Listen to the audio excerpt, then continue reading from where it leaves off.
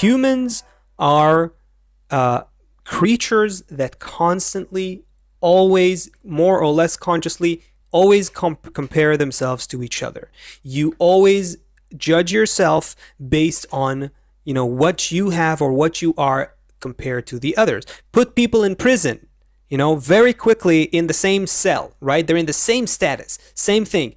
Immediately, very, very quickly, you'll start, one of the people, one of the humans will look at the other one, and we'll start looking at what they have. Is their bed better? Is their side of the cell better? Do they get more? And then, and even in, and in prison too, of course, you'll have social hierarchies and statuses and so on.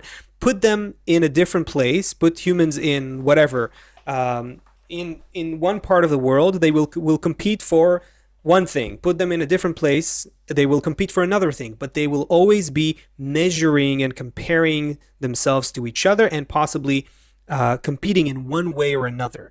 That drive to always look for what the others have that I want as well, what the others got that I maybe can possess as well. That thing comes from, we think about envy or jealousy, as something negative, but that actually, if you think about it, that is the engine of growth and development. That is what causes human beings to integrate with each other. To the fact that they look at what their peers and what their what the other members of their society have and are, and they want that. That is what makes us grow each other. We are an engine of growth for each other. So beautiful. It's so So, beautiful. It's an endless supply of mm, fuel that's propelling us, that the more that we're these social creatures, and we're constantly causing each other to develop. so go back 200 years ago, 300, 400, 1,000 years ago, 2,000 years ago. And and that's just a couple thousand years ago, let's say recorded history or something like that. The farther you back, the more you go back, you actually you get to see how much human culture and human lifestyle has evolved and changed. Why is that? Why do we develop technology and science and medicine and education and culture? Why is it? Why does that happen? And I would say that the engine, or one of the big drivers of this, is the fact that we naturally want to have what the others have, or be what the others are. And that is an engine of growth. So now, first of all, I think the first conclusion is we can't do anything about that, in terms of trying to go against it, trying to limit it, trying to restrict it. You can't, because if it's a force of evolution, it's just like gravity. It's a force of nature. It's physics. It's social physics. It has to happen. It's there. It's a force. You can't try to, you can't try to eliminate gravity. It's not going to work. Same thing with humans being envy of each other. So the only question is, can you put a spin on it? Can you direct it? Can you channel it? Can you shape it? That's where the ability of humans to artificially create value comes into play, which is another thing unique to humans, right? You know what I mean when I say that we can create value artificially. I know You what know, you mean. I'm not sure which value we need to artificially create, though. I mean, clearly, there's right? no natural value for Oreo cookies. Nobody has a natural desire to go to Disney World. I mean, these things were created out of someone's imagination. And Mm, then a lot of people, why would Coca-Cola spend billions of dollars on advertising? There's no natural desire for everybody to drink Coke. right. So I understand what you're saying about creating artificial values, but So we all want pleasure. We all want to enjoy. We want to have it good. We want to enjoy our life. Now, what what determines our notion of pleasure? What determines what we enjoy? How do we you already told determine? me when we have more than someone else. Well, no, that's a natural inclination. Okay, but more of what is what I'm asking. More of what? That's the question. What determines that? More of what? In one side of the world today, right? We give that example a lot. That in one side of the world they eat cockroaches. In another side of the world, they put people in a competition for $1 million survivor shows to eat cockroaches. Right, X Factor, wherever the Fear Factor, whatever these shows are called, right? So the human can appreciate change the value of what's pleasurable. That's what I wanted to say. The concept of what we consider, the concept of pleasure is malleable. So if we will always want what the others have, and we always want to be what the others are becoming, we have this natural drive. Now and that we can't change. That's a given. So the only thing we can change in the equation is what are we competing for? What do we consider pleasure? What do we consider a higher social status? This is the type of things that we can do if we change these, and we can, then we will change the nature of the competition, the nature of envy, the way the force of envy will not go away, just like gravity never goes away. But if you know how to use it, you can fly a plane. So we need to work on designing our concepts of what's pleasurable and what is considered a higher status.